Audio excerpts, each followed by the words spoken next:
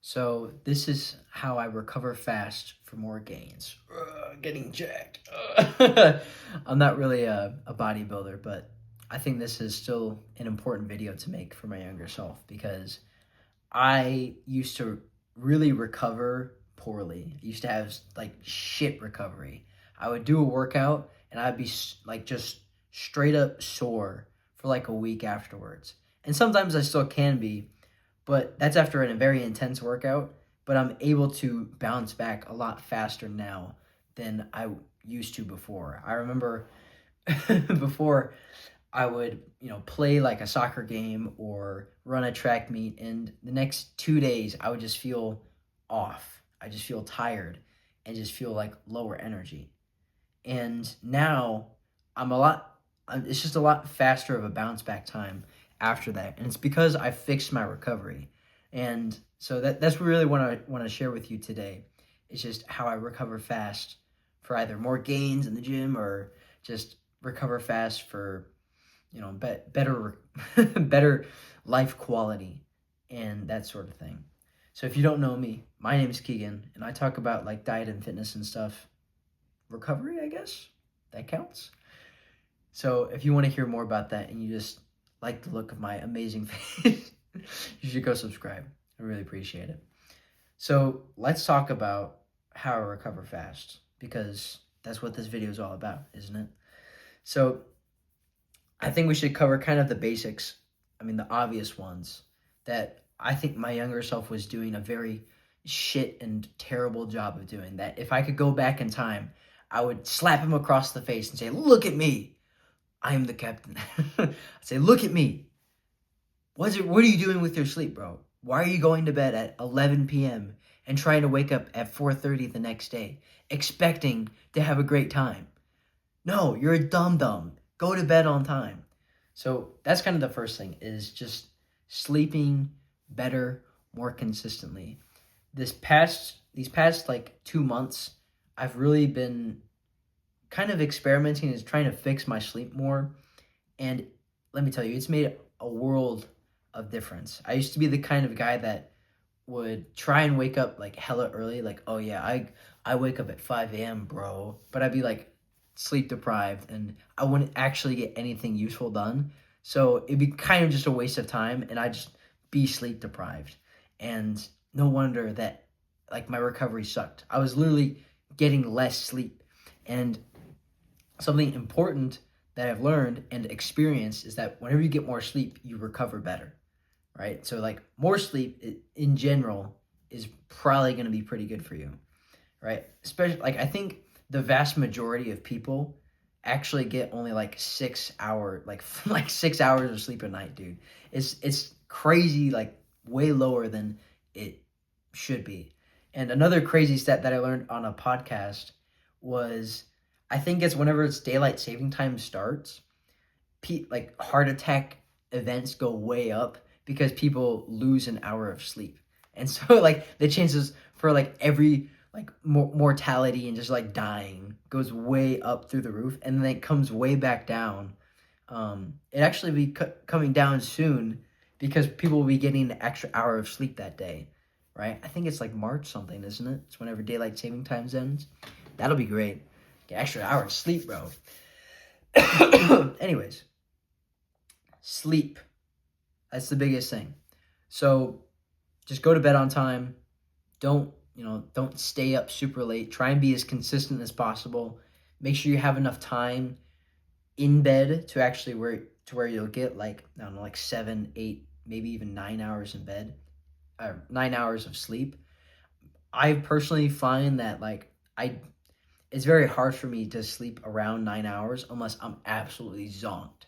So like around 8 hours is the sweet spot for me. So just experiment with it and see what works for you, right? Go to bed at a time that you're just like, you're tired, you're able to fall asleep really quickly, and wake up at a time that, works for your schedule and whatnot. And just make sure you're getting enough sleep. That's kind of the big thing. The next kind of obvious ones is just like eat enough food. Like if you're starving yourself, you're probably not going to have super high energy. I mean, duh, right? Like at a certain point, if you're not eating enough food, you're going to really feel it. I've done that in the past where I've just been not eating enough food. And yeah, I'd get like really, really lean, but my energy levels throughout the day would be like, I'd just be slumped. And I wouldn't be able to put in as much work into the next thing. And now I actually fuel myself appropriately by just eating enough, like protein and whatnot. And, like energy is pretty high throughout the day, unless I've done like a big workout, and then obviously there's like temporary low spots. But in general, the energy is higher just because I eat enough food, drink enough water, get protein in. I mean, it's kind of like basic stuff, dude. Like, like I would slap my younger self, dude, be like, drink water, drink water, drink more water, dumb, idiot. That's like, just looking back at my younger self, dude, I just want to like go back in time and just shake him by the shoulders, like, dude, like, what are you doing?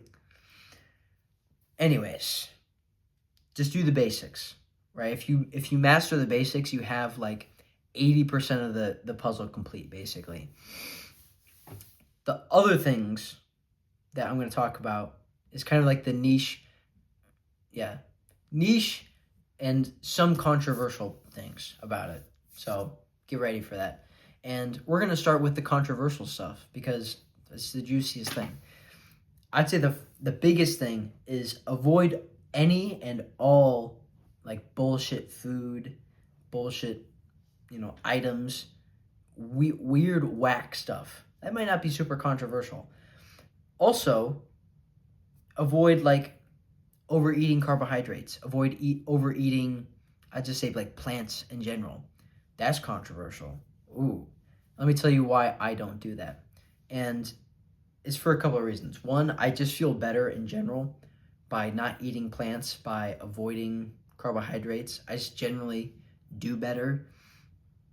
And the other thing is a few things that I've learned is, excessive carbohydrates in your bloodstream cause inflammation. Like the carbohydrate molecules will be in your blood and I think the term is called glycation, where they'll basically like it'll bind and damage structures in your body, if that makes sense. So you'll get like, I think it's called advanced glycation end products, like age products, right? You'll get aged by, too much sugar in your bloodstream, too much carbohydrate in your bloodstream. And that just doesn't, like, knowing that mechanism exists just doesn't really like sit well with me. And so I avoid it because of that. And also just my lived experience is I just feel better without eating those things. And along with other things like plants, sugar comes from plants, but also just like spicy things. Like I don't eat super spicy food that often. I'm not super stingy about like scraping. Like I will scrape off the spices sometimes, but if it's like I'm out at a like a barbecue restaurant or whatever, and their ribs have like some weird like barbecue seasoning on it, like I'm not gonna I'm not gonna try and like scrape off the skin. Like, oh no, I can't have it. Like I'll still eat that, but in general, I just like I don't spice my food at all. And the reason for that is because the spices is like it is literally like the defense chemical that plants use to deter things from eating it. It's just us humans, we've brainwashed ourselves to thinking like, oh, whoa, that's a really stimulating flavor. Wow. Right? Like, oh wow, that's what it tastes like. Yeah, it is stimulating, cool, but it's also your tongue telling you, like the reason why it's spicy and your nose starts to run and your eyes might start to water and maybe you cough because it's that spicy. It's the chemical is telling you something like, hey, don't eat me, bro. What are you doing? And your brain is like, bro, what the hell are you doing? Why are you eating this thing? And to me, it's kind of like, okay, my body, like it obviously doesn't want to eat this thing because it's ultra spicy. Even if it is stimulating, like cool. It's just not something that I want to go about like, it's not something I want to do more of, if that makes sense, right? If you like spicy things and you think I'm full of crap, like, okay, whatever, it doesn't matter. It's just, for me personally, I find that my life experience is generally better if I don't eat a ton of like spicy food or I don't have like plants and carbohydrates and stuff. And yeah, and whatever you believe, I'm fairly confident that those things just tend to cause more inflammation, and I don't think you generally like you want inflammation from kind of like the exercise and the stress of, like the work that you're putting in, right? Like there's going to be inflammation that way. I don't think you need to add more in by having some weird, like gut problems, and your gut is like bloated and gassy and gross and feeling awful whenever you have like a bicep to repair because you just did some like bicep curls. Does that make sense? That's the way I view it. I think like your body's already going to be quelling inflammation from like, the exercise that you've just done. And so adding more in just doesn't really make any sense for me personally. Anyways, that's the controversial part kind of out of the way. And so yeah, I only eat like meat and eggs, lots of protein, lots of fat, very nutritious, that sort of thing. Eat how you want. Doesn't really, matter to me that much. It's just I would give it a try if I were you. That's something that I would encourage my younger self to do. I wouldn't force him to do it because like I understand, but I'd encourage him to try it out and just see how you feel. Anyways, moving forward. Another way that I recover relative like faster now is I try and get more blood flow into my system. Right? I try and just get my heart rate moving. I try not to be like a sloth after workouts. I try not to be like a sloth and just kind of just like laying around like what? Sometimes those days do happen, and honestly, I feel worse afterwards. My legs are stiffer, my ankles like pop a lot more, my back is like stiffer, like more like an old man, just because I'm not moving around as much, getting blood flow. And so what I like to do is just walk around after a workout. Just kind of walk around, keep the muscles loose until you're kind of like properly cooled down, and just that sort of thing. Just like keep it loose. Extra blood flow, zone 2 cardio is good because it's not super stressful and you're still getting kind of like blood flow and maybe a little bit of extra cardio benefit too. And sauna as well. Like a lot of people say like what? What did I say? Sauna is an exercise mimetic, right? So it doesn't replace exercise, but you can kind of get like a little bit of a cardio workout by just sitting in the sauna. Because at a certain point, your heart rate's going to get up because you're sweating, it's hot, you're like, and it gets your blood flowing. I like to sit in the sauna, lay down in there, just kind of move around, get my blood moving, get kind of loose. And I just find I generally feel better coming out of the sauna. So those are a couple of things. It's just kind of blood flow and just moving around. Not sitting super still and like locking up. I've always found that if I sit in like a car after, like a game or a workout or whatever, my body just like tenses up because I'm in a sat position for a while. And then it just sucks to move around afterwards because my body's like I thought we were staying still. So yeah, I would suggest getting blood flow after a workout, just kind of walking around, just recovering a little bit, active movement basically, and also sauna, get a sweat going. Excuse me. Ugh. Maybe I'm getting a little sick. That's not good. Need to hop in the sauna. That's what I need to do. The next things that I have here on recovery is grit. So a thing about recovery is that you won't always have a good night of sleep. You won't always be fresh. You won't always be loose. You're just going to have to deal with it sometimes. I think, yeah, that's an important thing to realize, just kind of on the back end of this, is like you just need to understand that sometimes you need to bounce back even if you don't feel good. Does that make sense? You just need to get into it, get the flow going, and just deal with being tired. Now, if you do all the other things that I was talking about before in this video, like you eat right, you sleep well, maybe you cut out extra inflammatory foods, junk food is one, but like maybe you don't eat as much like weird spices or like plants that give you like gut issues, And so maybe you're just feeling a lot better in general. Like, that's good. And it'll probably help you be more fresh. But sometimes you're going to be sore. And so you just have to show up anyways and put in the work and just do it. Just have some grit, push through it. That's just the reality of the world. But another aspect to that you kind of have to balance, don't go absolutely crazy all of the time. Like, you have to be patient. Like, you can't just, you can't do couch to marathon, really, and expect to not, have some sort of consequences from it. Like, it's a gradual buildup in fitness. And I think that's one of the mistakes that I made last year was I ramped up my mileage way too, just too fast, and I got injured from it, and I continued to try and run on an injured leg. I did PR on an injured leg, which is pretty cool, but I still got injured, and I was out for 8 weeks.